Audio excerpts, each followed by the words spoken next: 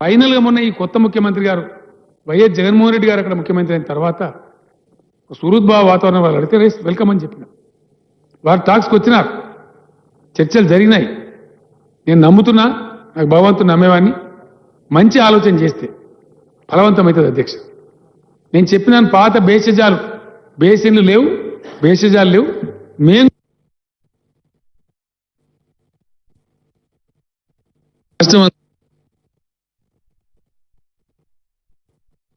పిలిచి భోజనం పెట్టి కూర్చోబెట్టి బేసిన్లు లేవు, బేషజాలు లేవు, బ్రహ్మాండంగా నీళ్ళు వాడుకోండి, మేము వాడుకుంటాం, మీరు వాడుకోండి. ఇరు రాష్ట్రాలకు సరిపోను ఇంకో 1000 టీఎంసీలు ఎక్కువ ఉన్నాయి, పిచ్చి కొట్లాడలు బంద్ చేయండి అని చెప్పినాను. అట్లనే అంతకుముందు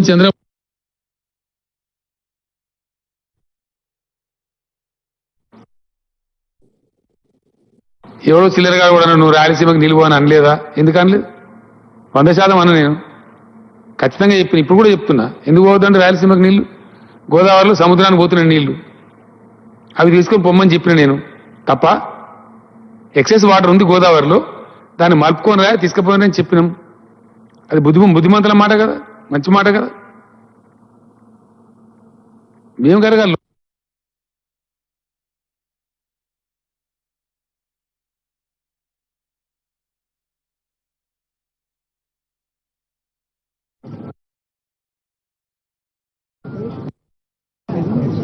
నా డాక్టర్ రోజా గారు మంచి ఆతిథ్యం ఇచ్చారు. అన్నదాత సుఖీభవ.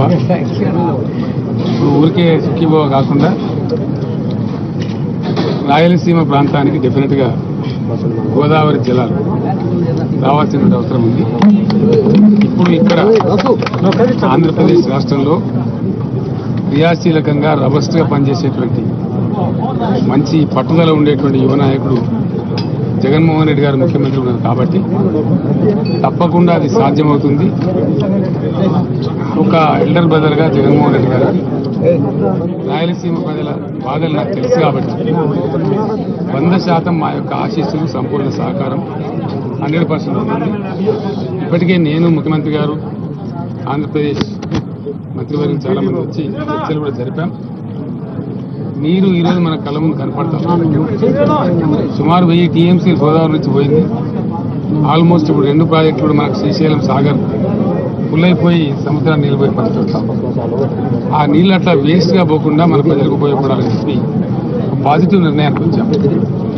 గత 60-70 సంవత్సరాల తెలుగు వాళ్ళ చరిత్రలో ఒక కొత్త అధ్యాయం జగన్ గారు, నేను కలిసి లిఖించబోతా ఉన్నాం. ఇందులో కొందరికి అర్థం కాకపోవచ్చు, కొందరికి డైజెస్ట్ కాకపోవచ్చు, కొందరికి జీర్ణం కాకపోవచ్చు, కొందరికి అజీర్తి కావచ్చు.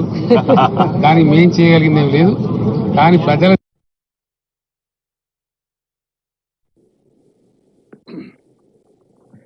మీడియా మిత్రులకు నమస్కారం. ఈరోజు తెలంగాణ రాష్ట్ర ప్రభుత్వం సాగునీటి పారుదల శాఖ మంత్రులు పెద్దలు ఉత్తమ్ కుమార్ రెడ్డి గారు గోదావరి జలాలకు సంబంధించిన ప్రాజెక్టులు, నిర్మాణము, అనుమతులు, వివాదాలు, వాటి రాజకీయ నేపథ్యంలో అఖిలపక్షానికి సంబంధించిన పార్లమెంట్ సభ్యులు, లోక్సభ, రాజ్యసభలో ప్రాతినిధ్యం వహిస్తున్న పార్లమెంట్ సభ్యులను అందరినీ ఆహ్వానించి ఇప్పటి వరకు తెలంగాణ రాష్ట్ర ప్రభుత్వం గోదావరి జలాలలో తెలంగాణ రైతాంగానికి, ప్రజలకు జరుగుతున్న నష్టాన్ని, కేంద్రం నుంచి రావాల్సిన అనుమతుల విషయంలో ప్రభుత్వం చేపట్టిన చర్యలను వివరించడమే కాకుండా భవిష్యత్ కార్యాచరణ ప్రణాళిక మీద కూడా ప్రతిపక్షాల సూచనలు అడగడం జరిగింది. ఇందులో రాజకీయ ప్రేరేపితమైన అంశాలు లేవు.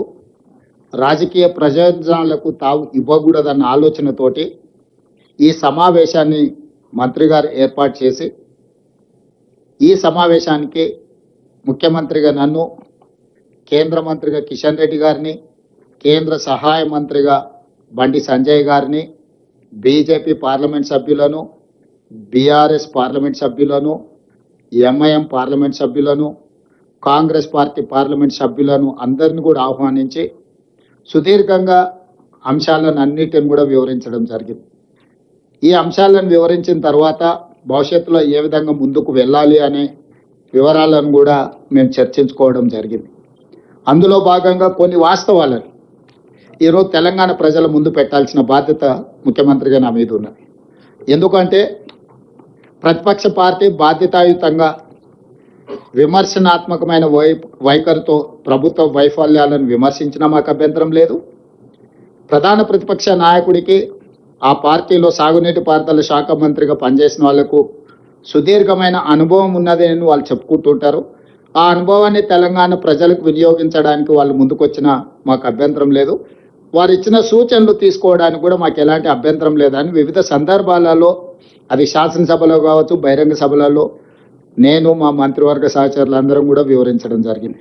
కానీ దురదృష్టవశాత్తు ఏ అంశం వచ్చినా, ఏ విషయ ప్రస్తావన జరిగినా వాళ్ళకు రాజకీయ ప్రయోజనము, సంకుచిత స్వభావంతో విమర్శలు చేస్తూ ప్రజల్ని తప్పుదోవ పట్టిస్తూ అంశాలను కప్పిపుచ్చి అబద్ధాలను ప్రచారం చేయడంలో ముందు బాగానే నిలబడి ఈరోజు బీఆర్ఎస్ ప్రయత్నం చేస్తుంది. అఖిలపక్ష సమావేశంలో అన్ని పార్టీలకు జరుగుతున్న పరిణామాలు, ప్రభుత్వం దగ్గర ఉన్న సమాచారాన్ని అంతా వివరించినాం. ఇక్కడ ఈ పత్రికా సమావేశంలో ప్రతిపక్ష పార్టీ బీఆర్ఎస్ ఏ విధంగా ప్రజల్ని తప్పుదోవ పట్టిస్తుంది, అధికారంలో ఉన్నప్పుడు ఏ విధంగా మాట్లాడుతుంది, అధికారం దిగిపోయిన తర్వాత ఏ విధంగా మాట్లాడుతుంది, సెంటిమెంటుతోని మళ్ళీ బ్రతకాలి, చనిపోయిన పార్టీని పునరుజ్జీవింపజేసుకోవడానికి శాయశక్తుల ఏ రకంగా అబద్ధ ప్రచారాలతో ముందుకు వెళ్తున్నారో నేను చెప్పదలుచుకున్నాను. దానికి సంబంధించి గోదావరి జలాలు, తెలంగాణ రాష్ట్రానికి కృష్ణా నదీ జలాలు, గోదావరి జలాలే ప్రధానమైన ఆధారం. ఈ రెండు నదీ జలాల వల్ల దాదాపుగా 1 కోటి ఎకరాలు పైగా సాగునీరు అందించి ప్రాంతాన్ని సస్యశ్యామలం చేయాలన్న ఒక ఆలోచనతోని ఆనాడు కాంగ్రెస్ పార్టీ పండిత్ జవహర్లాల్ నెహ్రూ గారు మొదలుపెట్టిన నాగార్జున సాగర్, శ్రీశైలం, శ్రీరామ్ సాగర్ లాంటి ప్రాజెక్టులు, ఆ తర్వాత రాజశేఖర రెడ్డి గారు ఉన్నప్పుడు కావచ్చు, వివిధ సందర్భాలలో మొదలుపెట్టిన భీమా, నెట్టంపాడు, కోయిల్ సాగరు, కల్వకుర్తి, ఎస్ఎల్బిసి, శ్రీపాద, ఎల్లంపల్లి, అదేవిధంగా ఈరోజు సీతారామ పేరు మీద ఇందిరాసాగర్, రాజీవ్ సాగర్, ఇలాంటి ఎన్నో ప్రాజెక్టులు ఈ ప్రాంత ప్రజల ప్రయోజనానికి, ముఖ్యంగా రైతాంగాన్ని కాపాడాలి అనంటే, రైతాంగాన్ని కరువు కాటకాల నుంచి బయటకు తీసుకురావాలంటే సాగునీరు ఒక్కటే ఈ ప్రజల్ని కాపాడడానికి ఉపయోగపడుతుంది. తెలంగాణ లైఫ్ లైన్ ఇరిగేషన్ అనే దాన్ని గుర్తించి ఈ ప్రాజెక్టులను కట్టే ప్రయత్నం చేసినాం. కొన్ని పూర్తయినాయి, కొన్ని ఇంకా పనులు సాగుతూ ఉన్నాయి. అయితే ఈ సందర్భంగా 10 సంవత్సరాలు తెలంగాణ రాష్ట్రం వచ్చిన తర్వాత పరిపాలించింది. 10 సంవత్సరాలలో 5 సంవత్సరాలు హరీష్ రావు గారు సాగునీటి పారుదల శాఖ మంత్రి, ఇంకొక 5 సంవత్సరాలు కల్వకుంట్ల చంద్రశేఖరరావు గారు సాగునీటి పారుదల శాఖ మంత్రి. అంటే బీఆర్ఎస్ నాయకులు ఒకే కుటుంబం, ఒకే పార్టీ, వాళ్ళే 10 సంవత్సరాలు ఈ శాఖను నిర్వహించడం జరిగింది. అంటే 10 సంవత్సరాలు ఈ శాఖలను నిర్వహించినప్పుడు సంపూర్ణమైన అవగాహన ఆ పార్టీలో ఎవరికి ఉన్నా లేకపోయినా హరీష్ రావు గారికి, చంద్రశేఖరరావు గారికి ఉండాల్సిన అవసరం ఉందని మేము భావిస్తున్నాం. ఈ సంపూర్ణమైన అవగాహనతోని తెలంగాణ ప్రయోజనాలను కాపాడడానికి ఈ ప్రభుత్వానికి సహకరించిన, సూచనలు చేసిన నిరభ్యంతరంగా ఈ ప్రభుత్వం వాటిని స్వీకరించడానికి సిద్ధంగా ఉంది. కానీ దురుద్దేశంతో బురద జల్లడం ద్వారా ఈ ప్రభుత్వాన్ని దోషిగా నిలబెట్టి రాజకీయ ప్రయోజనాలు పొందాలని ఏదైతే ప్రయత్నం చేస్తుందో, ఆ నేపథ్యంలోనే చాలా సందర్భాలలో రేవంత్ రెడ్డి గారు మాట్లాడట్లేదు. ఎందుకు మౌనంగా ఉన్నాడు? రేవంత్ రెడ్డి గారు ఎందుకు ఈ విషయాలను ప్రశ్నించడం లేదు? ఇట్లా తనదైన శైలిలో వారు మాట్లాడడం మొదలుపెట్టారు. అందుకే ఈరోజు మాట్లాడుతున్న హరీష్ రావు గారు, మాజీ సాగునీటి పారుదల శాఖ మంత్రి గారు, మీరు సాగునీటి పారుదల శాఖ మంత్రిగా ఉన్నప్పుడు, చంద్రశేఖరరావు గారు ముఖ్యమంత్రిగా ఉన్నప్పుడు కేంద్ర ప్రభుత్వం ఏర్పాటు చేసిన అపెక్స్ కౌన్సిల్ సమావేశంలో మీరు పాల్గొని ఏం మాట్లాడినారు, ఏం మీటింగ్ మినిట్స్ రికార్డ్ చేసినారో అక్కడి నుంచి మొదలు పెడతాను నేను. ఈ గోదావరి జలాలకు సంబంధించి, కృష్ణానది జలాలకు సంబంధించి ఆనాడు 2016 21/9/2016 శ్రమశక్తి భవన్, న్యూఢిల్లీ ఈ మీటింగ్ అపెక్స్ కౌన్సిల్ సమావేశంలో శ్రీ కుమారి ఉమాభారతి గారి జలశక్తి మినిస్టర్గా వారి అధ్యక్షత వహిస్తే, చంద్రబాబు నాయుడు గారు, చంద్రశేఖరరావు గారు ఇరు రాష్ట్రాల ముఖ్యమంత్రులుగా ఇందులో పాల్గొన్నారు. ఈ సమావేశంలో ఆంధ్రప్రదేశ్ సాగునీటి పారుదల శాఖ మంత్రిగా దేవినేని ఉమామహేశ్వరరావు గారు, తెలంగాణ సాగునీటి పారుదల శాఖ మంత్రిగా హరీష్ రావు గారు ఈ సమావేశంలో పాల్గొన్నారు. ఈ సమావేశంలో చాలా విషయాలు కృష్ణా నది మీద, గోదావరి నది మీద, అదేవిధంగా Krishna river management board, Godavari river management board నిర్వహణ, ప్రాజెక్టుల నిర్మాణము, ప్రాజెక్టులకు సంబంధించిన అనుమతుల మీద సుదీర్ఘమైన చర్చలు జరిగినాయి. దానికి సంబంధించి 8 పేజీల మీటింగ్ మినిట్స్ రికార్డ్ చేశారు. ఈ 8 పేజీలలో 6వ పేజీలో 2వ పారాగ్రాఫ్లో దీంట్లో honourable chief minister of Telangana stated before the apex council that, second పారాగ్రాఫ్లో ఏముంది అని అంటే, for the existing ongoing and proposed projects in both the states of Krishna River, more than 1000 TMC of water is required. On the other hand, more than 3000 TMC is going waste into sea every year in Godavari River. Hence, we emphasize that as water is available, it has to be decided how best it can be utilized properly. He stressed the need for developing understanding between the two states by sitting together and amicably setting these issues. ఇది చంద్రశేఖరరావు గారు, చంద్రబాబు నాయుడు గారు, ఉమాభారతి గారి నేతృత్వంలో ఢిల్లీ శ్రమశక్తి భవన్లో సమావేశాన్ని ఏర్పాటు చేసి ఈ గోదావరి జలాలను, కృష్ణానది జలాలను ఏ విధంగా వినియోగించుకోవచ్చో అని చర్చించి, ఈ సమావేశంలో ఆనాటి తెలంగాణ ముఖ్యమంత్రి చంద్రశేఖరరావు గారు ఒక అంశాన్ని ఈ సమావేశంలో అధికారికంగా మీటింగ్ మినిట్స్లోకి తీసుకొచ్చారు. ఏమని?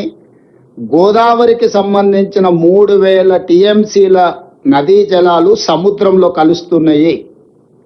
ఈ సముద్రంలో కలుస్తున్న 3000 టీఎంసీ నీళ్లను కృష్ణా బేసిన్ మీద నిర్మించుకోవాల్సిన ప్రాజెక్టులకు 1000 టీఎంసీ అవసరం ఉంది.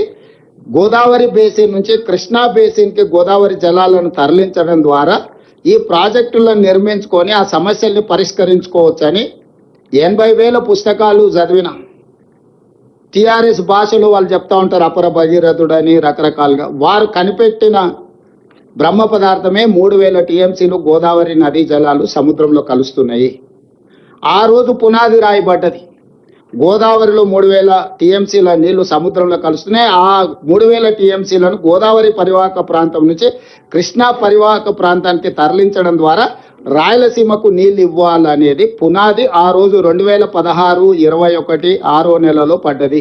ఇది మీటింగ్ మినిట్స్ రికార్డ్ అధికారికంగా. ఈ మీటింగ్ హరీష్ రావు గారికి తెలియదనడానికి వీలేదు. హరీష్ రావు గారు మంత్రిగా ఈ సమావేశంలో వారు కూడా పాల్గొన్నారు. కాబట్టి ఈ మీటింగ్ మినిట్స్ హరీష్ రావు గారికి నేను పంపిస్తాను. 2వ పాయింట్, ఆ తర్వాత ఆంధ్రప్రదేశ్, తెలంగాణ, లేకపోతే చంద్రబాబు నాయుడు గారు, లేకపోతే చంద్రశేఖరరావు గారి మధ్యలో వైరుధ్యాలు, లేకపోతే రాజకీయ అంతరాలు, రకరకాల పరిస్థితుల వల్ల 2016 నుంచి 2019 వరకు ఇది కార్యరూపం దాల్చలేదు, వాయిదాలు పడుతూ వచ్చింది. 2019లో ఆంధ్రప్రదేశ్లో జగన్మోహన్ రెడ్డి గారు ముఖ్యమంత్రిగా మొదటిసారి బాధ్యత చేపట్టిన తర్వాత, తెలంగాణలో చంద్రశేఖరరావు గారు రెండవసారి ముఖ్యమంత్రిగా పదవి చేపట్టిన తర్వాత వీళ్ళిద్దరూ 4 సార్లు సమావేశమైనారు.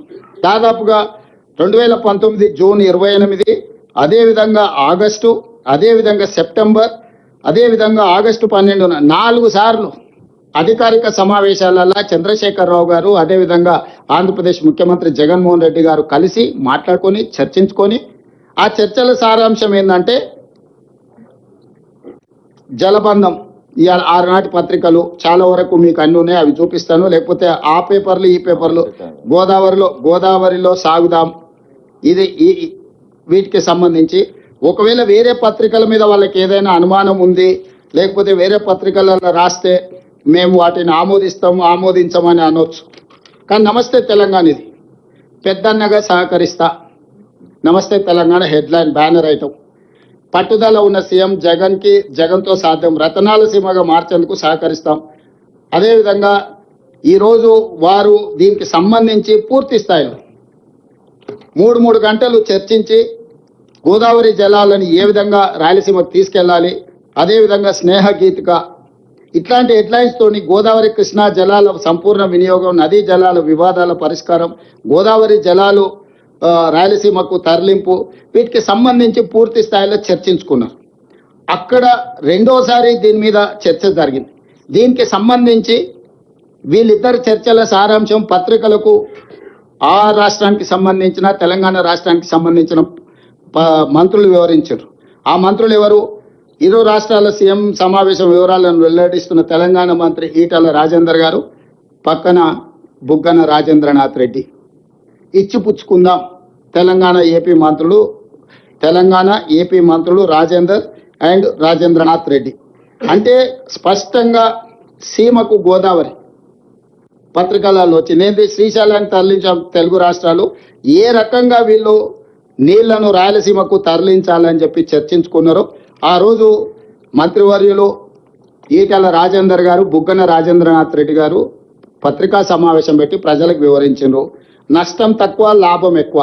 గోదావరి జలాలను రాయలసీమ ప్రాంతానికి తరలించడం ద్వారా, కృష్ణా పెన్నా బేసిన్కు తరలించడం ద్వారా నష్టం తక్కువ, లాభం ఎక్కువ అని ఇద్దరు ముఖ్యమంత్రులు కూర్చొని ప్రగతి భవన్లో 2 గంటలకు పైగా సమావేశమైన జగన్మోహన్ రెడ్డి గారు, అదేవిధంగా చంద్రశేఖరరావు గారు. తెలంగాణ నడిగడ్డ ప్రగతి భవన్లో ఆంధ్రప్రదేశ్ ముఖ్యమంత్రి, తెలంగాణ ముఖ్యమంత్రి కూర్చొని గోదావరి జలాలను రాయలసీమ పెన్నా ప్రాంతానికి, కృష్ణా బేసిన్కు తరలించాలని, అదేవిధంగా నిధులు ఇవ్వాల్సిందిగా కేంద్రాన్ని కోరదాం, పుచ్చుకునే ధోరణితో ముందుకెళ్దాం.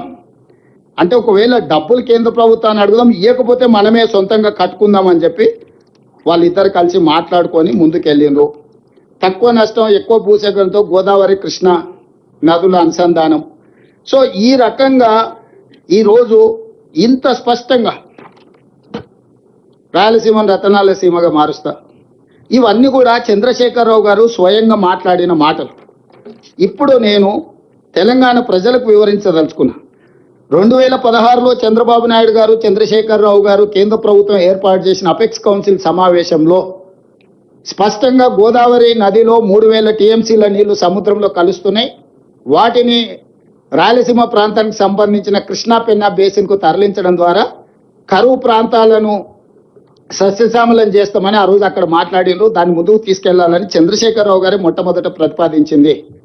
ఈ రోజు ఏదైతే గోదావరి బంకంచెర్ల ఆంధ్రప్రదేశ్ చంద్రబాబు నాయుడు గారు మొదలు పెట్టినరో, 2016లో చంద్రశేఖరరావు గారు, చంద్రబాబు నాయుడు గారు మాట్లాడుకున్న ప్రాతిపదికనే ఈ రోజు వాళ్ళ ప్రాజెక్టును ముందుకు తీసుకెళ్ళి 2019లో జగన్మోహన్ రెడ్డి గారు, చంద్రశేఖరరావు గారు పూర్తి స్థాయిలో మాట్లాడుకొని ప్రాజెక్టు డిపిఆర్లు అన్ని రెడీ చేసి పెద్దన్నగా సహకరిస్తాను చంద్రశేఖరరావు గారు చెప్పడమే కాకుండా, రాయలసీమ పర్యటన సందర్భంగా శ్రీమతి రోజా గారి ఇంటి దగ్గర ఏం మాట్లాడినరో, ఇప్పుడు వివిధ సందర్భాలలో ఏం మాట్లాడినరో మీకు చూపించిన.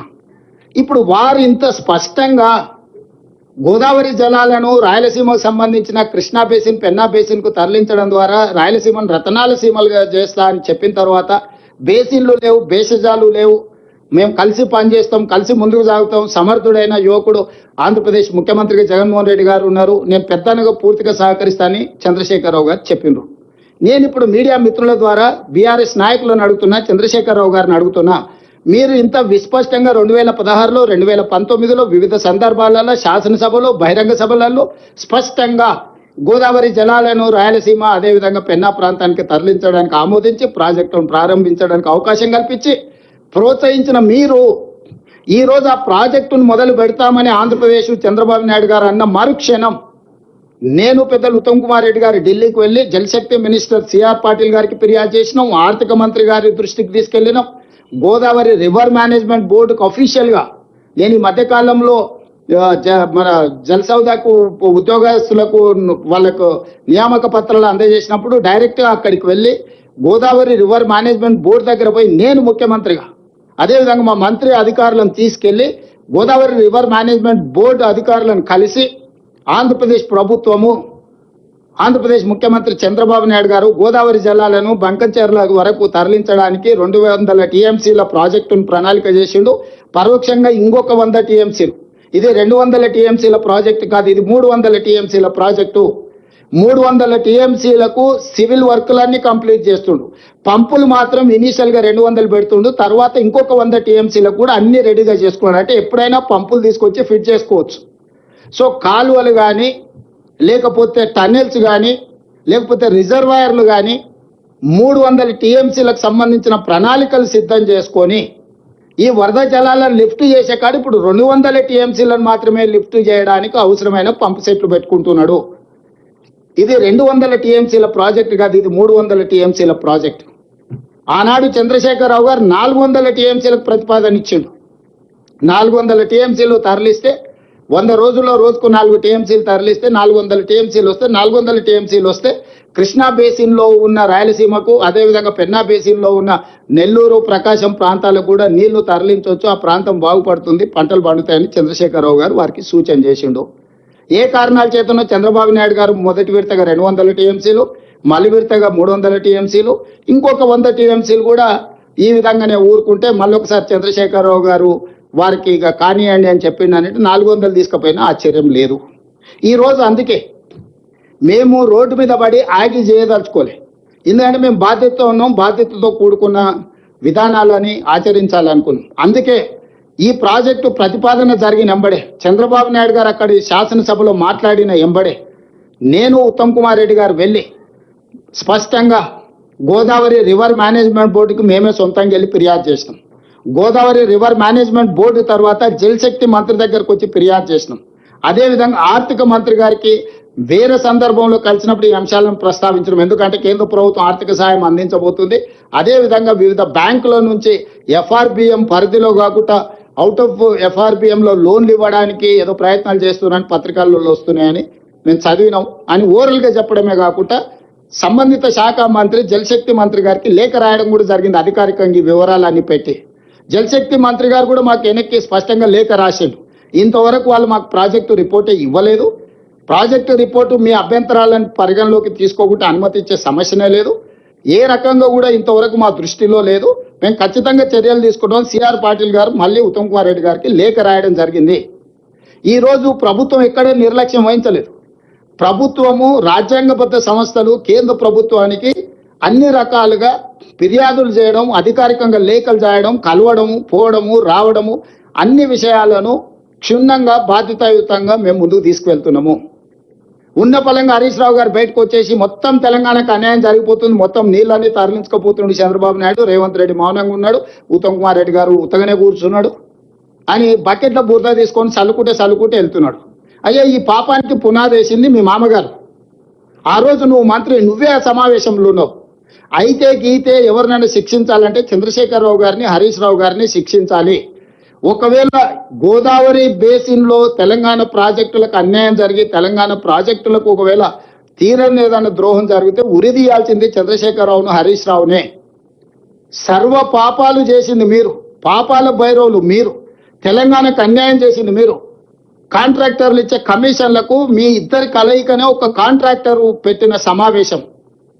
ఆ కాంట్రాక్టర్ పెట్టిన సమావేశంలో మీరిద్దరు, ఆయన సూత్రధారి అయితే కాంట్రాక్టర్, మీరిద్దరు పాత్రధారులుగా కూర్చొని కమిషన్లకు కక్కుర్తిపడి 400 టీఎంసీలు గోదావరిలో వరద జలాలు ఉన్నాయి, రాయలసీమకు పెన్నా ప్రాంతానికి తరలిస్తామని అన్ని కుట్రలు చేసి ఈ రోజు మీ చేతిలో లేకుండా పోయిందని చెప్పి ఆ బురదంతా తీసుకొచ్చి మాకు అంటించాలనే ప్రయత్నం చేయడం ఇది భావ్యమా? అందుకే ఈరోజు స్పష్టంగా తెలంగాణ ప్రజలకు నేను చెప్పదలుచుకున్నా, వీళ్ళు ఏ రోజు కూడా తెలంగాణ ప్రయోజనాల కోసం కృషి చేయలేదు. ఈ రోజు కృష్ణా బేసిన్లో ఉమ్మడి రాష్ట్రంలో ప్రారంభించిన ఏ ఒక్క ప్రాజెక్ట్ అయినా మనకు ప్రధానమైన ఆధారము Krishna basin, Godavari basin. Krishna basin మీదకి వద్దాం. ఉమ్మడి రాష్ట్రంలో సాగునీటి ప్రాజెక్టుల్లో తెలంగాణ ప్రాంతానికి అన్యాయం జరుగుతుంది కాబట్టి నీళ్లు, నిధులు, నియామకాలనే నినాదంతో రాజకీయ పార్టీని మీరు ముందుకు తెచ్చుకొని అధికారంలోకి వచ్చి ఆ నీళ్లకు సంబంధించి కృష్ణా బేసిన్ మీద ఉమ్మడి రాష్ట్రంలో మొదలుపెట్టిన ఒక్క ప్రాజెక్ట్ అయినా పూర్తి చేసిండ్రా చంద్రశేఖరరావు గారు? ఇప్పటి వరకు 2 లక్షల కోట్ల రూపాయలు కేవలం సాగునీటి ప్రాజెక్టులకు కాంట్రాక్టర్లకు బిల్లులు చెల్లించు. పాలమూరు జిల్లాలో మొదలైన ఏ ప్రాజెక్ట్ అయినా భీమా, నెట్టంపాడు, కోయిల్ సాగర్, కల్వకుర్తి, పాలమూరు రంగారెడ్డి ఎత్తిపోతల, నల్గొండలో ఎస్ఎల్బిసి, అదేవిధంగా ఇంకా మిగతా ప్రాజెక్టులు ఆ నుంచి ముందుకు వెళ్తే ఖమ్మం జిల్లాలో ఉన్న ఇందిరాసాగర్ లేకపోతే రాజీవ్ సాగర్ లాంటి ప్రాజెక్టులు, గోదావరి బేసిన్లో మొదలుపెట్టిన ప్రాణహిత చేవెళ్ళ కావచ్చు, ఇతర ప్రాజెక్టులు కావచ్చు, దేవాదులు కావచ్చు, సమ్మక్క సారలక్క కావచ్చు, ఏ ఒక్క ప్రాజెక్ట్ అయినా ఈ 10 సంవత్సరాలలో మీరు పూర్తి చేసిండ్రా? ఆనాడు తుమ్మిడిహెట్టి దగ్గర మొదలుపెట్టి ప్రాజెక్టు కట్టినుంటే అసలు లిఫ్టులు లేకుండానే గ్రావిటీతోనే ఈరోజు ప్రాజెక్టులన్నీ కంప్లీట్ అయ్యి మొత్తం ఉత్తర తెలంగాణ సస్యశ్యామలం అయ్యేది ఉండే. కానీ కాసుల కక్కుర్తితోటి తుమ్మిడేటి దగ్గర కట్టకుండా వదిలేసి అబద్ధాలు ప్రచారం చేసి మేడిగడ్డ, సుందిల్లా, అన్నారం లిఫ్టులు కట్టి పంపులు పెట్టి మీరు కట్టుడు కూలుడు 3 ఏళ్లలో జరిగిపోయింది. 1,00,000 కోట్లు ఆవిరైపోయినాయి. ఈ రోజు 1,00,000 కోట్లు ఖర్చు పెట్టిన ప్రాజెక్టు 1,00,000 ఎకరాలకు కూడా నీళ్లు ఇవ్వలేదని అంటే మిమ్మల్ని ఏమనాలి? ఈ రోజు విచారణను ఎదుర్కొంటున్న సందర్భంలో, వాస్తవాలు బయటకు వస్తున్న సందర్భంలో తెలంగాణ ప్రజల్ని తప్పుదోవ పట్టించాలని చెప్పి లేనిది ఉన్నట్టుగా మొత్తం ఒక అబద్ధాన్ని ప్రచారం చేసి ఈ అబద్ధాల ముసుగులో మీరిద్దరు బతికి బట్టగట్టాలని ప్రయత్నం చేస్తున్నారు. నేను అడుగుతున్న సూటిగా సాగునీటి ప్రాజెక్టుల మీద ఇప్పటివరకు 2,00,000 కోట్ల రూపాయలు బిల్లులు చెల్లించారు. ఇంకొక 2,00,000 కోట్ల రూపాయలకు టెండర్లు పెండింగ్ ఉన్నాయి. ఈ రోజు రాష్ట్ర ఆర్థిక పరిస్థితి ఎట్లుందో నేను మళ్ళీ చెప్పాల్సిన అవసరం లేదు. ఈ రోజు ఒక 1,000 కోట్లు ప్రతి నెల సాగునీటి ప్రాజెక్టులు ఖర్చు పెట్టి ఎట్లయినా వీటిని పూర్తి చేద్దామంటే 500 కూడా ఇవ్వలేని పరిస్థితి వచ్చింది రాష్ట్ర ఆర్థిక పరిస్థితి. 10 ఏళ్ళు 2,00,000 కోట్ల రూపాయలు ఖర్చు పెడితే 1,500 కోట్లతోని పూర్తి కావాల్సిన కల్వకుర్తి పూర్తి కాలేదు. 500-600తో పూర్తి కావాల్సిన కోయిల్ సాగర్ కానీ, భీమా కానీ, నెట్టంపాడు కానీ పూర్తి కాలేదు. దేవాదులు అక్కడనే ఉంది, కాంతానపల్లి అక్కడనే ఉంది, సమ్మక్క సార్లకు అక్కడనే ఉంది, ప్రాణహిత చేవల్ల ఎడారిగా మారింది. తుమ్మిడిఎత్తి దగ్గర తట్ట మట్టి కూడా తీయలేదు. మొత్తం ప్రాజెక్టులను గాలికి వదిలేసి ఏడ పంపులు పెట్టి ఏడ లిఫ్టులు పెడితే ఏడ మా ఇల్లు నిండుతుందో అని ఒక ప్రణాళికబద్ధంగా మొత్తం రాష్ట్రాన్ని ఆర్థిక వ్యవస్థను దోసుకొని ఈరోజు అక్కసుతోని అసూయతోని అబద్ధాల ప్రచారం కల్పించి నిరంతరం 24 గంటలలో 18 గంటలు కష్టపడి సీతారామకు నీటి కేటాయింపులు మేము తెచ్చినాం. సమ్మక్క సార్లకు ఒక కొలికి పట్టుకొచ్చినాం. పాలమూరు రంగారెడ్డి ఎత్తిపోతల నీటి కేటాయింపులను ఒక కొలికి పట్టుకొచ్చినాం. కల్వకుర్తి ప్రాజెక్టును పూర్తి చేసే ప్రయత్నం చేస్తున్నాం. ఈ రోజు సంగంబండ నుంచి అన్ని ప్రాజెక్టులను పూర్తి చేయడానికి ప్రయత్నం చేస్తాం. SLBC 42 కిలోమీటర్ల టన్నెల్ 30 కిలోమీటర్లు కాంగ్రెస్ కంప్లీట్ అయితే సంవత్సరానికి 1 కిలోమీటర్ కొడితే కంప్లీట్ అయ్యాయి. గ్రావిటీతో 3,60,000 ఎకరాలకు ఫ్లోరైడ్ ప్రాంతమైన నల్గొండకు నీళ్లు వస్తాయనుకుంటే దాన్ని అక్కడ పడవ పెట్టిన దాంట్లో కమిషన్లు రావాలి. మనమే కష్టపడి తిరిగి ప్రారంభిస్తే అనుకోకుంటే దుర్ఘటన జరిగితే అక్కడ మనుషులు చచ్చిపోతే పైశాచిక ఆనందం. అసలు వాళ్ళ కళ్ళలో మనుషులు చచ్చిపోయినప్పుడు ఎప్పుడైనా హరీష్ రావు గారి ఫేస్ చూడండి, కేటీఆర్ ఫేస్ చూడండి, ఇట్లా వెలిగిపోతుంటుంది. ఇట్లా బల్బు 1000 వోల్టుల బల్బు లాగా. ఎక్కడైనా మనిషికి బాధ ఉంటుంది. మన మనుషులం రోడ్డు మీద కాకి చచ్చిపోయి కనిపిస్తే కూడా అరే ఏమో కాకి చచ్చిపోయింది కదా అని ఒక నిమిషమన్నా మనం సానుభూతి చూపిస్తాం. పిల్లలు చచ్చిపోతే అదే పైశాచిక ఆనందం. ఎక్కడైనా యాక్సిడెంట్లు ఎవరైనా మనుషులు చచ్చిపోతే అదే పైశాచిక ఆనందం. ఎక్కడైనా పనులు చేస్తుంటే కార్మికులు చచ్చిపోతే అదే పైశాచిక ఆనందం. మీ పార్టీ అకౌంట్లోనే 1,500 కోట్ల రూపాయలు ఉన్నాయి. ఎవరిచ్చిండ్రు అవి? తెలంగాణ ప్రజలు ఇచ్చినట్టువే కదా. అందులోకి వెళ్ళి ఆ కుటుంబానికో 10 లక్షలు, ఆ కుటుంబానికో 10 లక్షలు, ఆ కుటుంబానికో 10 లక్షలు. ఈ దురదృష్టవశాత్తు ప్రమాదంలో చచ్చిపోయిన పేదలకు పంచిపెడతారని ఈ 18 నెలలు చూసిన. 10 పైసలు పిల్లికి కూడా బిచ్చం పెట్టరు. రోడ్డు మీద 10 పైసలు ఒకవేళ కనిపిస్తే కూడా బండి పక్క కాపి రోడ్డు పక్కన 10 పైసలు కూడా తీసుకొని జేబులు వేసుకొని పోయే లక్షణాలు ఉన్న మీరు ఈరోజు తెలంగాణ ప్రయోజనాల గురించి మీరు మాట్లాడుతుర్రా? ఈరోజు మాకు బాధ్యత లేదన్నట్టుగా మమ్మల్ని ఏదో బద్నాం చేయాలనే చిల్లర ప్రయత్నం. హరీష్ రావు గారు చిల్లర ప్రయత్నాలు మానేసేయి. చిన్నపిల్లగాని కాదు, నువ్వు 10 సంవత్సరాలు మంత్రిగా పనిచేసినావు, ఉమ్మడి రాష్ట్రంలో మంత్రిగా పనిచేసినావు. వయసు మీద పడ్డది, జుట్టు తెల్లబడ్డది. కొంచెం హుందాగా వ్యవహరించు. వాస్తవాలు ఉంటే మాట్లాడి. ఇవ్వాలి నేను ఇవన్నీ చెప్తున్నా. ఇవాళ ఈ మీటింగ్ మినిట్స్, ఇన్ని పేజీల మీటింగ్ మినిట్స్ ఇవాళ బయట పెడుతుంది. తలకాయ ఎక్కడ పెట్టుకుంటావు హరీష్ రావు గారు? ఎన్ని రోజులు అబద్ధాలతో బతుకుతారు? జీవితాంతం కుటుంబం అంతా అబద్ధాలు చెప్పే బతుకుతారా? మేము మాట్లాడతలేం కదా, మౌనంగా ఉన్నాం కదా అని మా చేతగాని పని అనుకుంటురా? మేం పని చేయాలా? ఈ రోజు ప్రతిపక్షంలో ఉన్నప్పుడు పోరాటం చేసినాం, పాలకపక్షంలో ఉన్నప్పుడు మా బాధ్యత నిర్వహించాలి, పని చేయాలని చెప్పి పని చేయడానికి నిరంతరం ప్రయత్నం చేస్తున్నాం. మేము ఎప్పుడు ఢిల్లీకి వెళ్ళినా ఢిల్లీలో ఏముందా మాకు? ఢిల్లీ కేంద్ర ప్రభుత్వానికి కొన్ని సబ్జెక్ట్స్ ఉంటాయి, రాష్ట్ర ప్రభుత్వానికి కొన్ని సబ్జెక్ట్స్ ఉంటాయి, కేంద్ర రాష్ట్ర ప్రభుత్వాలకు కొన్ని సబ్జెక్ట్స్ ఉంటాయి. కేంద్ర ప్రభుత్వం నుంచి అనుమతులు తెచ్చుకోవాలంటే పొయ్యి కలవకుంటే అనుమతులు ఎట్టకెళ్ళి వస్తాయి? మేము డెట్ రీస్ట్రక్చర్ చేసుకోవాలి. నువ్వు అడ్డగోలుగా 11% అప్పులు తెచ్చినావు. దాన్ని 7% తగ్గించాలంటే కేంద్ర మంత్రిని కలవాల్సిన అవసరం లేదా? ఎన్విరాన్మెంటల్ ఇష్యూస్లో రోడ్లు, చిన్న రోడ్లు కూడా ఫారెస్ట్ ఏరియాల 10 ఏళ్ల నుంచి రోడ్లు ఆగిపోయినాయి. ఎన్విరాన్మెంట్ మినిస్టర్ని కలవకుంటే అనుమతులు వస్తే ఈ రోజు రీజనల్ రింగ్ రోడ్ మనం నిర్మించుకోవాలనుకుంటున్నాం, మంత్రిని సర్ఫేస్ మినిస్టర్ని కలవకుంటే అనుమతులు వస్తే ఈ రోజు మెట్రో అనుమతి తెచ్చుకోవాలనుకుంటున్నాం, ప్రధానమంత్రిని కలవకుంటే మెట్రో అనుమతి వస్తుందా? ఈ రోజు మూసి ప్రక్షాళన చేసుకోవాలి అనుకుంటాం, దానికి సంబంధించిన అనుమతులు నిధులు తెచ్చుకోవాలంటే ఎవరిని కలవాలి? నువ్వు ఇవన్నీ ఇస్తావా చెప్పు? రోజు ఆడికే వస్తాం, ఎర్రవల్లి ఫామ్ హౌస్కి వచ్చి కూర్చుంటాం, కూర్చుంటాం. వంతుల వారిగా నేను ఉత్తమైన డ్యూటీ చేస్తాం, ఒకరి తర్వాత ఒకరం. అన్ని మీరే ఎట్లాగ ఉన్నాయి కదా. 10 పైసలు మెత్తికి ఇవ్వండి, 50,000 కోట్లు ఏమవుతుంది? సంపాదించింది ఇద్దరు బాబామర్దలు అనుకుంటే ఒక 50,000 కోట్లు ఒక లెక్కనా? బాండ్స్ రాసిస్తాం రాష్ట్ర ప్రభుత్వం నుంచి 10 పైసలు మితికి ఏడు దాచుకుంటారు. దాచిపెట్టుకుని టెన్షన్తో బీపీ షుగర్లు లో బీపీ వచ్చేసి హాస్పిటల్ వాడాల్సి వస్తుంది. దాచుకుని ఎవరు దొంగ ఎత్తుకుపోతాడో అని. ఎందుకు వస్తున్నాయి లో బీపీ షుగర్లు?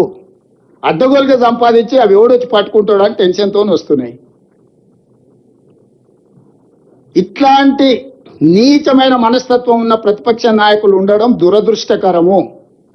ఈరోజు సమావేశం ఏర్పాటు చేస్తే దామోదర్ రావు రాడు, సురేష్ రెడ్డి రాడు, పాపం అమాయకుడు గాయత్రి రవిని పంపించాం. ఏం చెప్తాం ఆయనను? పాపం ఆయన బాధలు ఆయనే మాట్లాడితే ఒక రాసి కాగితం రాసి పంపించారు ఇదే చదువు అని. అది చదివినాక మాట్లాడితే ఆయనకి ఏం తెలుస్తలేదు. ఇక లేదు వాకౌట్ అన్నాడు. మనం వాకౌట్ల కోసం సమావేశం విలువలే కదా, మాట్లాడుకోనికే పిలిచినాం, సూచన తీసుకోనికే పిలిచినాం. కాగితం రాసి ఇచ్చి పాపం లీడర్ వస్తాడు అనుకున్నాం, లీడర్ను పంపించారు. వచ్చి మొత్తం చూసి మొత్తం చదువుతున్నాడు. ఆయన కూడా సహచర పార్లమెంట్ సభ్యుడు, రెండోసారి రాజ్యసభకు వచ్చిండు, ప్రజాప్రతినిధిగా అతన్ని గౌరవించాలని అతను చెప్పినంత విన్నాం. నేను కొన్ని విషయాలు ప్రస్తావించడం మొదలు పెట్టగానే అసలు రంగు బయటపడదు అనగానే ఇక నేను లేచి వెళ్ళిపోతున్నా సార్, నేను ఉంటే ఉన్న ఉద్యోగం ముడతాను లేచి వెళ్ళిపోయాను. పాపం ఏం చేస్తాం, ఇది పరిస్థితి. అందుకే మీడియా మిత్రులారా, మీరు కూడా అబద్ధాలు చెప్పేటోళ్ళకి అంత ప్రచారం కల్పించకండి. మీరు కూడా పరోక్షంగా ఇట్లాంటి అబద్ధాలను ప్రోత్సహించినట్టుగా మారుతున్న పరిస్థితి. దయచేసి ఈరోజు ఉన్న పరిస్థితిని మీరు అర్థం చేసుకోండి. మాకు ఏమీ దాపరికం లేదు.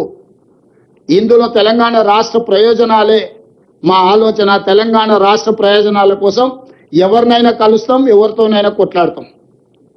ఇందులో ఎలాంటి శశపిషలు లేవు. సామభేద దాన దండోపాయాలల్లో మొదటి అంకంలో ఉన్నాం.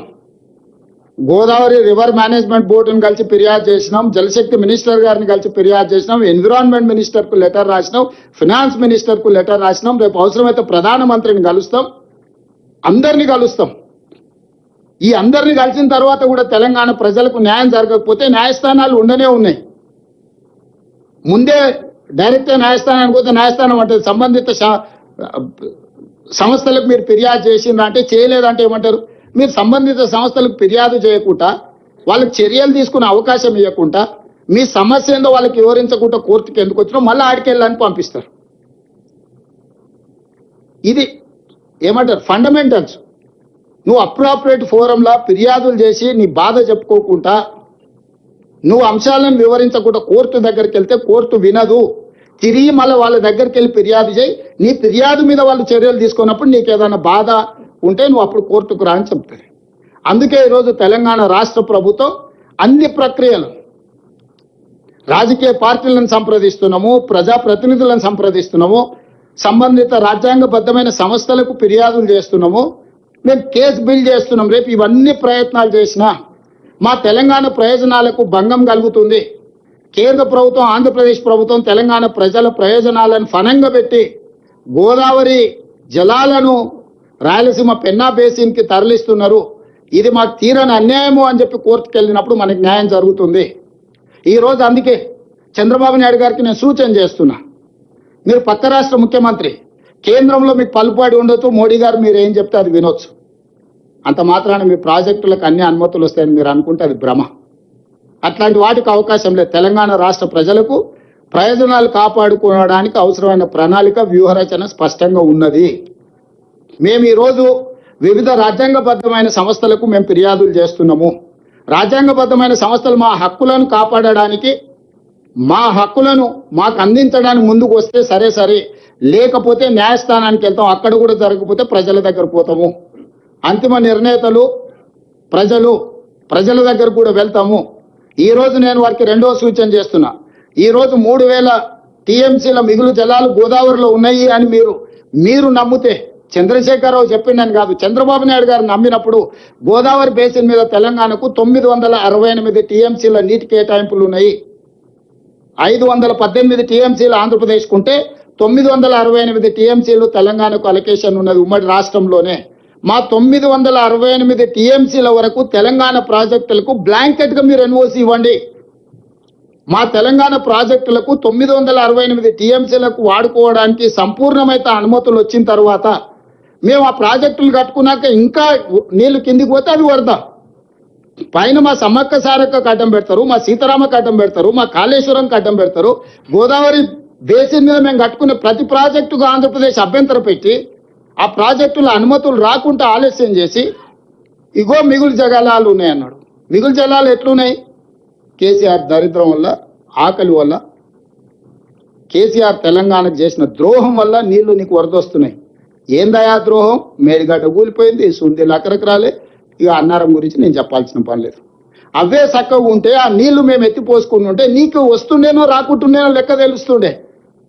ఇవాళ వాళ్ళ ధనదాహం వల్ల, వాళ్ళ దోపిడీ వల్ల మేడిగడ్డ కుప్పకూలింది. ఏమవుతుందా, ఒకటి ఓ పిల్లర్ గుంగిపోతే ఏమవుతుంది, ప్రాజెక్ట్ అంత ఉంది కదా అంటాడు. హరీష్ రావు గారు, నీ గుండెకాయ ఊడవిక్తే నీకు తెలుస్తా. మొత్తం బాడెంత 6 అడుగులు ఉన్నావు, గుండెవి తీసి పక్కకు పెట్టు, నువ్వు ఉంటావో లేదో చూద్దాం. ప్రాణహిత చేవెళ్ల గోదావరి జలాల మీద మేడిగడ్డ అనేది గుండెకాయే. ఆ గుండెనే లేకున్న తర్వాత మిగతా బాడీ ఉందని చెప్పుకోవడానికి తప్ప సున్నా కూడా ప్రయోజనం లేదు.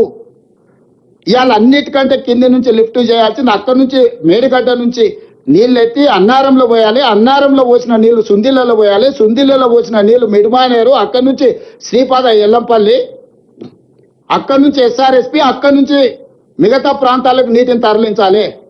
అసలు కానీ పిసల్ అయిపోయింది అని అంటే,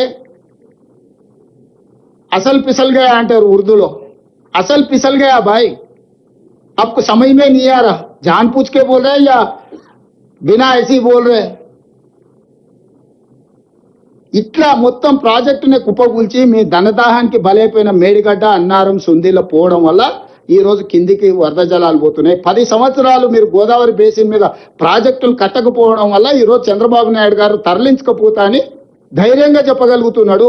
10 సంవత్సరాలు కృష్ణా బేసిన్ మీద మీరు ఏ ఒక్క ప్రాజెక్టు పూర్తి చేయకపోవడం వల్ల నువ్వు సంతకాలు పెట్టి తెలంగాణను మోసం చేసినావు. 811 టీఎంసీ నికర జలాలు ఆనాడు ఉమ్మడి ఆంధ్రప్రదేశ్కి కేటాయింపులు జరిగితే నువ్వే 2015లో పోయి సంతకాలు పెట్టినావు. మా తెలంగాణకు 299 టీఎంసీ చాలు, మీరు 512 టీఎంసీలు తీసుకెళ్ళమని. పోనీ అదే అనుకుందాం, ఆ 299 టీఎంసీలు అన్నాడు 10 సంవత్సరాలలో ఎప్పుడైనా వాడినవా? మొన్న మొదటిసారి మేము వచ్చినాక 286 టీఎంసీలు వాడినవా? ఈ 10 ఏళ్లలో నువ్వు కల్వకుర్తి కానీ, భీమా కానీ, నెట్టంపాడు కానీ, కోయిల్సాగర్ కానీ, ఎస్ఎల్బిసి కానీ, పాలమూరు రంగారెడ్డి పూర్తి చేసి ఉంటే కనీసం నువ్వు చేసిన దుర్మార్గానికి ఆ నీళ్ళను వాడుకునేటోళ్ళం కదా. ఈరోజు ప్రతి సంవత్సరం 700 పైన టీఎంసీలు ఆంధ్రప్రదేశ్ తరలించకపోతుందని అంటే 10 సంవత్సరాలు చంద్రశేఖరరావు గారు, హరీష్ గారు తెలంగాణకు చేసిన ద్రోహం, దక్షిణ తెలంగాణని ఎడారిగా మార్చి మీరు ఈ రోజు నీళ్లు వినియోగించుకోకుండా ప్రాజెక్టులు పూర్తి చేయకుండా వదిలేయడం వల్ల ఆ కృష్ణానది జలాలు కూడా రాయలసీమ లిఫ్ట్, ముచ్చమర్రి, పోతిరెడ్డిపాడు 44,000 క్యూసెక్స్ నుంచి 80,000 క్యూసెక్లు, ఇవాళ శ్రీశైలం బ్యాక్ వాటర్స్ నుంచి రోజుకు 10 టీఎంసీలు తరలించుకోవడానికి ప్రాజెక్టులు కట్టారు. 10 ఏళ్లలో 2 పల్లికలు ఇచ్చుకుంటూ కూర్చున్నారు. మొత్తం కలిపితే కల్వకుర్తి, రంగారెడ్డి ఏ ప్రాజెక్టు కలిపినా 2 టీఎంసీలు కూడా మనం లిఫ్ట్ చేసుకోలేకపోతున్నాం. ఇది తెలంగాణ దీనమైన పరిస్థితి.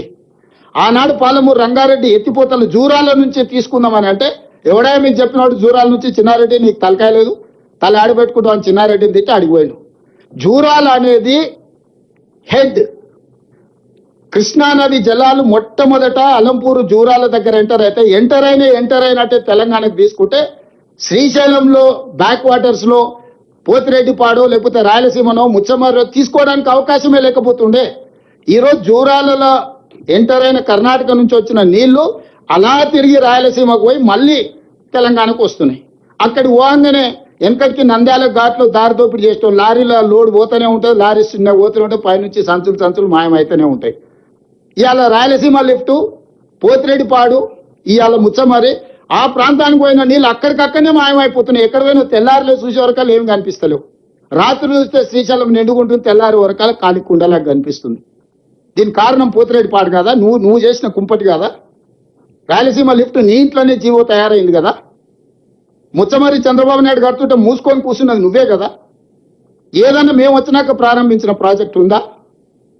ఈరోజు ఇటు కృష్ణా బేసిన్, కృష్ణా మొత్తం కొలగొట్టిరు వాళ్ళు, అదే ఊపు మీద గోదావరి బేసిన్కి వచ్చింది. ఈ 10 ఏళ్ళు నువ్వే కదా ఉన్నది. ఈ 10 ఏళ్లలోనే కదా ఈ దుర్మార్గం జరిగింది. ఉమ్మడి రాష్ట్రంలో అన్నో సమైక్య పాలకులు మనకు అన్యాయం చేసిరని ఓకే, 10 ఏళ్లలో మీరేం చేసిండ్రు? ఇలా ప్రాజెక్టులు పూర్తి చేయడానికి ఖర్చు పెడదామంటే నిధులు లేవు, నీళ్ళు ఆగుతలేవు, అవి కిందికి పోతూనే ఉన్నాయి. ఇగో కింద నీళ్లు ఉన్నాయి కదా నేను ఎత్తుకపోతాను ఆయన తయారైండు. సరిగ్గా చూడు, రేపు పొద్దుగాల చంద్రబాబు నాయుడు గారు ఈ మీటింగ్ మినిట్స్ తీసుకొస్తాడు. వాళ్ళు వీళ్ళు కాదు, చంద్రశేఖరరావు గారు చెప్పారు 3000 టీఎంసీలు సముద్రంలోకి పోతున్నాయి, తెలంగాణ వాళ్ళకి ఏ నష్టం ఉందా, సముద్రంలో నేను కొన్ని తీసుకొని బాగుపడతా అంటే మీకేం కష్టం వచ్చింది, మా చంద్రశేఖరరావు మంచోడే కానీ రేవంత్ రెడ్డి ఎందుకు ఇట్లా చెప్తున్నాడని ఆయన తయారవుతాడు.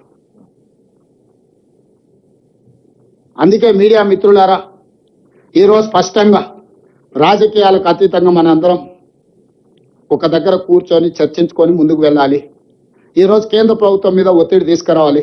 మోడీ గారికి చంద్రబాబు నాయుడు గారి అవసరం ఉంది, చంద్రబాబు నాయుడు గారికి గోదావరి జలాల అవసరం ఉంది.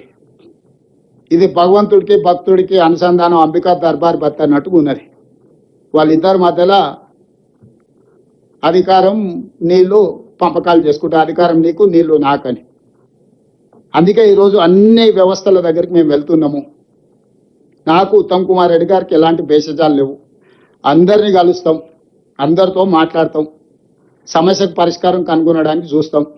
కాకపోతే లీగల్ ఫైట్ ఎట్లా చేయాలి, పొలిటికల్ ఫైట్ ఎట్లా చేయాలి, టెక్నికల్గా ఎట్లా ఫైట్ చేయాలో ఫైట్ చేస్తాం.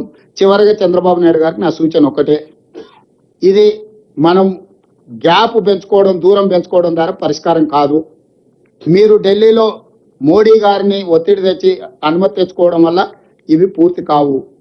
కాబట్టి మా తెలంగాణ ప్రాజెక్టులో గోదావరి బేసిన్ మీద 968 టీఎంసీలు, కృష్ణా బేసిన్లో పరివాహక ప్రాంతం ప్రకారం మాకు ఒక 555 టీఎంసీల నీళ్ళు వస్తాయి.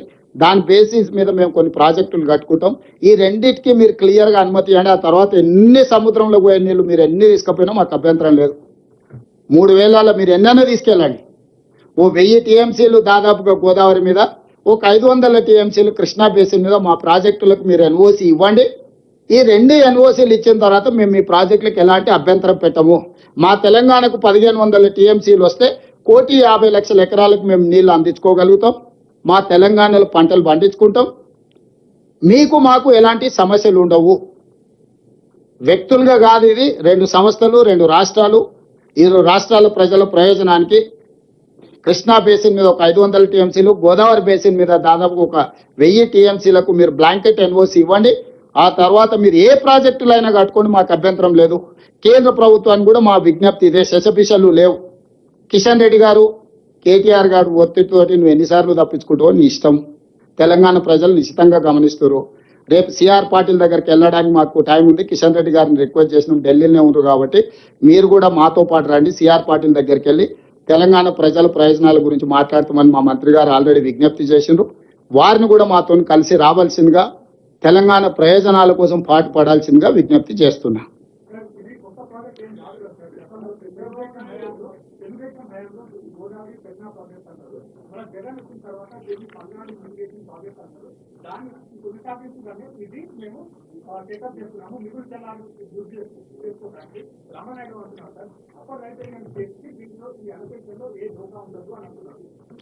రాహుల్ గారు, మీకు యూనివర్సల్ వాటర్ లాస్ మీరు ఒకసారి చదువుకోండి. యూనివర్సల్ వాటర్ లాస్ ప్రకారం పరివాహక ప్రాంతం వాడుకున్న తర్వాతనే దిగువ ప్రాంతాలకు నీళ్ళు ఇవ్వాలి. నెంబర్ 1. దిగువ ప్రాంతాలలో ఉన్న పరివాహక ప్రాంతానికి నీళ్లు సరిపోయిన తర్వాతనే ఇంకొక బేసిన్కు నీళ్లు తరలించాలి. ఈరోజు గోదావరి బేసిన్లో ఉన్న ఆయకట్టుకు నీళ్లు ఇవ్వకుండా ఇతర బేసిన్లకు తరలించడానికి వీల్లేదు. Point number 1. ఇట్లాంటి వాదన వల్లనే ఈ వాదనలు వితండవాదంగా మారే తెలంగాణ రాష్ట్ర ఉద్యమం వచ్చి తెలంగాణ రాష్ట్రం ఏర్పడిన తర్వాత ఈ ప్రాజెక్టుల నిర్మాణం కోసము, నిర్వహణ కోసము, వివాదాల పరిష్కారం కోసం గోదావరి రివర్ మేనేజ్మెంట్ బోర్డ్ అని పెట్టినరు. అందులో ఆఫీసర్స్ కమిటీ ఉంది, మినిస్టర్స్ లెవెల్ కమిటీ ఉంది, యూనియన్ మినిస్టర్ నేతృత్వంలో ముఖ్యమంత్రుల కమిటీ ఉన్నది. ఈ ప్లాట్ఫామ్లలో ఎక్కడ చర్చించకుండా గోదావరి రివర్ మేనేజ్మెంట్ బోర్డుకి మీరు ప్రాజెక్టు రిపోర్ట్ ఇవ్వకుండా ఆ గోదావరి రివర్ మేనేజ్మెంట్ బోర్డు మాకు లేఖ రాసి మా అభ్యంతరాలను తీసుకున్న తర్వాత ఆ అభ్యంతరాలను నివృత్తి చేసినాకనే ముందుకు వెళ్ళాలి. ఈ ప్రాసెస్ నంతా ఆంధ్రప్రదేశ్ డీవియేట్ చేసి మాకు అధికారం ఉంది, మేము అధికారాన్ని చెలాయిస్తాం, మోడీ గారు మాతో పాటు ఉన్నారు కాబట్టి ఢిల్లీ నుంచే కిందికి దిగుతామని వస్తున్నారు. ఇది మీరు అర్థం చేసుకోవాల్సిన పాయింట్. ఇది నిజంగానే ఆంధ్రప్రదేశ్ వాదనలో బలం ఉంటే చట్టం చేసింది పార్లమెంట్, రివర్ మేనేజ్మెంట్ బోర్డులు ఏర్పాటు చేసి. State reorganisation act 2014 saying that Godavari River Management Board has to address Godavari issues, Krishna River Management Board has to address Krishna River Management Board issues. Officers level committee, minister level committee, chief minister level headed by Jal Shakti minister. ఈ appropriate ఫోరంలో అయినా ఎక్కడ resolve కాకపోతే legal battle ఉంటుంది. ఈ appropriate ఫోరంలలో ఈ project గురించి చర్చించకుండా సీదా finance minister దగ్గర సీదా ఎన్విరాన్మెంట్ మినిస్టర్ దగ్గరికి అప్రూవల్ అయినాక కదా పర్యావరణ శాఖ దగ్గరికి వెళ్లాల్సింది. ఇది అప్రూవల్ అయినాక కదా ఆర్థిక శాఖ మంత్రి దగ్గరికి వెళ్లాల్సింది. ఇవన్నిటిని పక్కన పెట్టి ఈరోజు ఆ వైపున ముందుకు వెళ్తున్నారు అని అంటే ఇందులో వాళ్ళు చేస్తున్న వాదనలో లోపం ఉందన్న సంగతి మీరు అర్థం చేసుకోండి.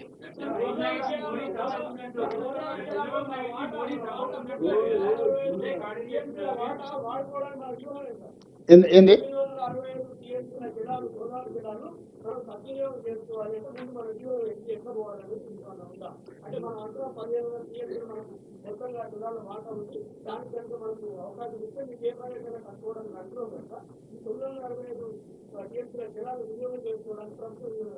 ప్రభుత్వానికి ఇప్పుడు కాదు 60 ఏళ్ళ నుంచి వ్యూహం ఉంది. దాంట్లో భాగంగానే ఎస్ఆర్ఎస్పి వచ్చింది, శ్రీపాద ఎల్లంపల్లి వచ్చింది, అదేవిధంగా మిడ్ మానేర్ వచ్చింది, లోయర్ మానేర్ వచ్చింది. ఇవన్నీ ప్రాజెక్టులు, మంజిరా వచ్చింది, సింగూర్ ప్రాజెక్ట్ వచ్చింది. ఇవన్నీ ప్రాజెక్టులు కట్టింది తుమ్మిడిఎట్టి దగ్గర కట్టి ప్రాణహిత వరకు తాండూరు వరకు 160 టీఎంసీలను తరలించాలని చెప్పి గోదావరి బేసిన్ మీద కూడా మేము ప్రాజెక్టులు తెచ్చినాం. గందరగోళం ఎక్కడొచ్చిందంటే రీడిజైనింగ్ పేరు మీద 2 లక్షల కోట్లు కొల్లగొట్టి నమస్తే తెలంగాణ అని పత్రిక పెట్టిరు చూడు, గక్కడి నుంచే సమస్య వచ్చింది. టీ న్యూస్ నమస్తే తెలంగాణ ఈ రాష్ట్రానికి పట్టిన చీడ పీడ.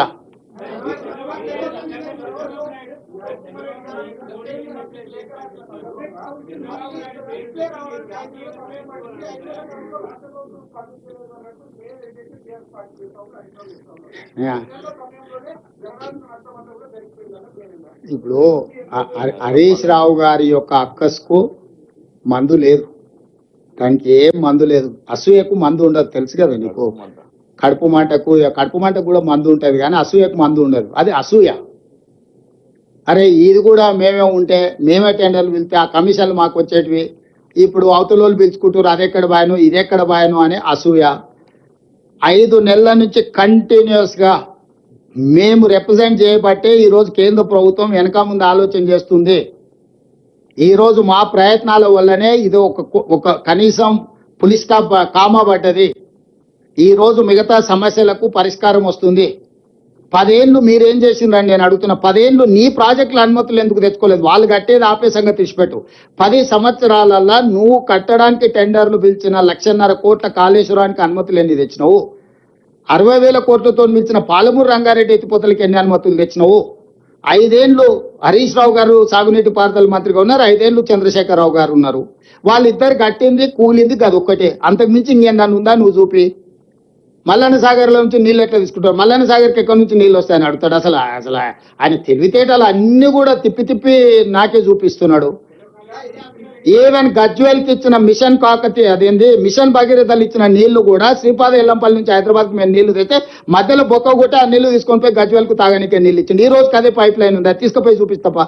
మోడీని కూడా మోసం చేసింది, తీసుకొచ్చి మిషన్ భగీరథలో భాగంగా నీళ్లు ఇస్తున్నామని. ఎక్కడివా నీళ్లు? గోదావరి జలాలు 2011లో మొదలుపెట్టిన గోదావరి జలాలు 2015లో పూర్తయిన తర్వాత ఆ గోదావరి జలాల నుంచి పైప్ లైన్ కు మధ్యలో పొక్క కొట్టి తీసుకొని పోయి గజ్వేల్కు తాగనికే నీళ్లు ఇచ్చిండు. ఇది నిజమా అబద్ధమా నిజ నిర్ధారణ కమిటీ చేద్దాం. హరీష్ రావు గారిని కూడా రమ్మనుండ్రి, అధికారులను తీసుకొని పోదాం, మొత్తం చూపిస్తా నేను.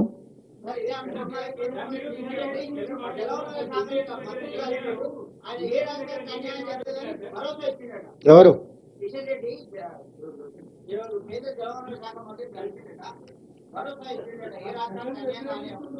ఇప్పుడు నేనేమంటున్నా అంటే భరోసా ఇచ్చిండని కిషన్ రెడ్డి గారు చెప్తే సరిపోదు. కిషన్ రెడ్డి గారిని నమ్మే పరిస్థితి లేదు.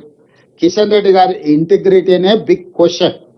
ఇంత కీలకమైన సమావేశాన్ని ఇక్కడ మేము పెట్టి అఖిలపక్షాన్ని పిలిచి మీరు రాండి, మీరు సహకరించండి అంటే వీడికి రాకుండా నాకు పని ఉంది ఢిల్లీలో అని పోయిండు. మంచిది, వేరే మీటింగ్లో ఉన్నాయన్నాడు. వేరే మీటింగ్లో ఉన్నాయన రేపు పొద్దుగాల మేము జలశక్తి మినిస్టర్ని కలిసి ఉంది మాతో కలిసి అంటే ముందుగాలనే పోయి ఆయనకు వాళ్ళు ఏమొచ్చినా వాళ్ళకి ఏం మాట ఇయ్యకు, ఇది కట్టుకొని చంద్రబాబు నాయుడు కట్టం పోతే నా మంత్రి పదవి అవుతాయి. ఎందుకంటే ఇప్పుడు మోడీ గారు చంద్రబాబు నాయుడు మద్దతు ఉపసంహరించుకుంటే మోడీ ఉండడు, మోడీ దిగిపోతే కిషన్ రెడ్డికి ఉద్యోగం ఉండదు. Simple formula. కేటీఆర్ గారు చెప్పుంటారు, అరే నువ్వు పోయి చెప్పిరాపో లేకపోతే లేదో పరిష్కరించేటట్టు ఉన్నారని. ఇప్పుడు కిషన్ రెడ్డి గారికి ఇక్కడ తెలంగాణ రాష్ట్రానికి రావడానికి పోవడానికి 2 గంటలు ఫ్లైట్లో ఇక్కడికి రావచ్చు, 4 గంటలకు మీటింగ్ అడ్రస్ చేయొచ్చు, మళ్ళీ 6 గంటలకు ఢిల్లీకి వెళ్ళిపోవచ్చు. ఇది చేయలే, పోనీ వాళ్ళు బిజీగా ఉన్నాడు. బిజీగా ఉంటే జలశక్తి మంత్రిని కలవడానికి సమయం ఎట్లా దొరికింది? ఆయన వీడికి మీటింగ్ ఎందుకు ఎగ్గొట్టిడు? నాకు వేరే మీటింగ్లు ఉన్నాయి ఢిల్లీలో, ప్రీఆక్యుపైడ్ బిజినెస్ లో ఉన్నా నేను, ఐ కెనాట్ కమ్ అన్నాడు. Okay fine. కేంద్ర మంత్రి నిజంగానే ముందస్తుగా మేము 4 రోజుల ముందు చెప్పినాం, 4 నెలల ముందు చెప్పేది ఉండనేమో తెలియదు. వారు వేరే కార్యక్రమాలలో వారు బిజీగా ఉన్నారంటే అర్థం చేసుకుంటా. మరి ఏ రకంగా జలశక్తి మినిస్టర్ దగ్గరికి పోయిండు, సమయం ఎట్లా తీసిండు? దీన్ని బట్టి ఆయన చిత్తశుద్ధి ఏంది? ఆయన పోయి లోపల సీక్రెట్గా ఏం చెప్పిండు ఎవరు చెప్పాలా? ఏం మాతో పాటు వస్తే ఆయన కిరీటం పోతుందా? ఏం పోతుంది? ఇప్పుడు మేము రేపు పొద్దునే వస్తున్నాం కదా, ఈ ఒక్క రాత్రే కదా, ఈ ఒక్క రాత్రినే మొత్తం కొంపలని కూలిపోతుండేనా? రేపు పొద్దుగాల మాతో పాటు వచ్చి కూర్చొని బలంగా బలగుద్ది కిషన్ రెడ్డి వాదించుంటే మేమే బయటకు వచ్చి అరే కిషన్ రెడ్డి గారు అద్భుతంగా తెలంగాణ కోసం కొట్లాడిన ఆయన మేమే చెప్తాం కదా. ఎందుకు మాకంటే ఒక రోజు ముందు పోయి సీక్రెట్ గా జలశక్తి మంత్రిని కిషన్ రెడ్డి గారు కలిసిండ్రు? దీని రహస్యం ఏంది? దీన్ని బట్టి ఇప్పుడు హరీష్ ఏమో అబద్ధాలు చెప్తాడు, కిషన్ రెడ్డి ఏమో పరోక్షంగా సహకరిస్తాడు. పార్లమెంట్ ఎన్నికలలో వీళ్ళు అవయదానం చేసి వాళ్ళకి 8 సీట్లు ఇచ్చారు. ఇప్పుడు వాళ్ళ సావు బతుకుల మధ్యలో ఉన్నారు. వాళ్ళని బతికించడానికి తెలంగాణ సెంటిమెంట్, నీళ్ళ సెంటిమెంట్ వాళ్ళ చేతి కాగితం ఇవ్వాలని కిషన్ రెడ్డి అన్ని రకాలుగా తెలంగాణకు ద్రోహం చేస్తున్నాడు. ఇప్పుడు వీళ్ళు అవయదానం లేకపోతే వాళ్ళు 8 సీట్లు ఎన్నికలు వస్తాయి. ఆ అవధానం చేసి వాళ్ళని బతికించినందుకు ఆయన తిరిగి రుణం చెల్లించుకోవాలని ఈ నీళ్ళ సెంటిమెంట్ రగల్చి వాళ్ళని బతికించాలనే ప్రయత్నం చేస్తుండు. కానీ నిజాలు అనేటివి ఉన్నాయి కదా, నిజాలు నిప్పులు లాంటివి. అందుకే ఇప్పుడు అన్ని తీసుకొచ్చి మీకు చూపించిన మీటింగ్ మినిట్స్ కాదంటాడా? కాదని మనూరి వారు క్లియర్ గా సహకరిస్తాము, రాష్ట్ర ప్రయోజనాలకు మేము కట్టుబడి ఉంటాము, మీరు ఎక్కడికి రమ్మన్నా వస్తాము, మేము ఎక్కడికి తీసుకెళ్లాలన్నా తీసుకెళ్తామని సమావేశానికి వచ్చిన డికే అరుణ గారు, రఘునందన్ రావు గారు స్పష్టంగా రాష్ట్ర ప్రభుత్వ వాదనతోని ఏకీభవించారు. భవిష్యత్ కార్యాచరణలో సహకరిస్తామన్నారు. ఎక్కడికి కావాలన్నా తెలంగాణ ప్రయోజనాల కోసం మేము కట్టుబడి ఉంటాం, మేము ప్రయత్నం చేస్తాం స్పష్టంగా చెప్పారు. వాళ్ళ మాటల్లో మాకు చిత్తశుద్ధి స్పష్టంగా కనిపించింది.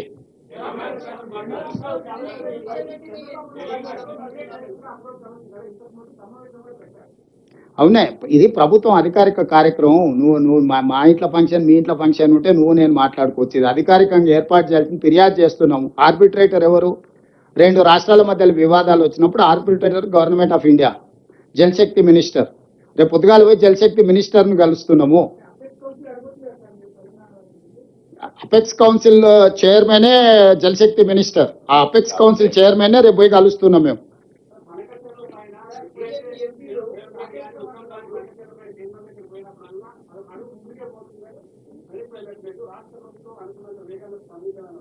ఎవరంటారు? ఇక ఆయన తప్ప ఇంకెవడని ఉన్నాడా? నేను అదే చెప్తున్నా, అన్ని అబద్ధాలు.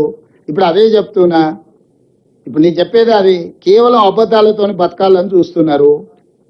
పిల్ల చేష్టలు అంటారు కదా, నీకు తెలుసు కదా.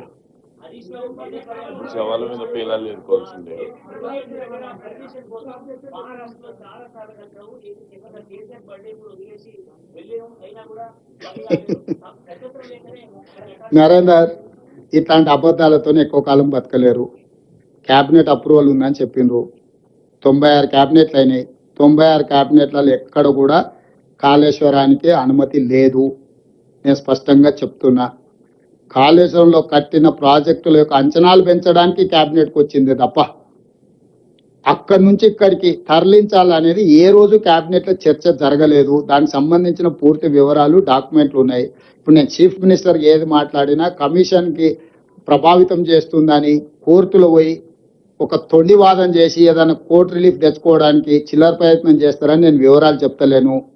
నేను అన్ని మాకు ఎట్లాగో ఇప్పుడు లేఖ రాసిండ్రు. 30 తారీఖు లోపల కమిషన్కి పూర్తి వివరాలతో కూడుకున్న నివేదిక మా సాగునీటి పారుదల శాఖ సబ్మిట్ చేస్తుంది. కాళేశ్వరం కమిషన్ మాకు లేఖ రాసింది. ఎప్పుడు ఈటెల రాజేందర్, హరీష్ రావు, చంద్రశేఖర్ రావు గారు కమిషన్ ముందల హాజరయ్యి ఈ ప్రాజెక్టులకు క్యాబినెట్ అనుమతి ఉంది అని వాళ్ళు చెప్పిండ్రు. దీనికి సంబంధించిన వివరాలు మీ దగ్గర ఏమైనా ఉంటే కమిషన్కు సబ్మిట్ చేయండి అని చెప్పి మాకు లేఖ రాసింది. దాని నేపథ్యంలో 30 తారీఖు లోపల పూర్తి వివరాలతో కూడుకున్న అన్ని ఆధారాలను కమిషన్కు అందజేయడం జరుగుతుంది. వాళ్ళు చెబుతున్న అబద్ధాలు కమిషన్ ముందల తేటతెల్లం చేస్తాము. ఇంకా అబద్ధాలు చెప్పి బుకాయించి ఇంకేదో కాలం గడపాలను లేకపోతే కమిషన్ విచారణ నుంచి తప్పించుకోవాలని వాళ్ళు ప్రయత్నం చేస్తే అట్లాంటి పప్పులు ఏమీ ఉడకవు. ఎవరు ఏదైనా చేసుకునే దుంకమను బెస్ట్, పోతే లాభం. చల్, థ్యాంక్ యూ.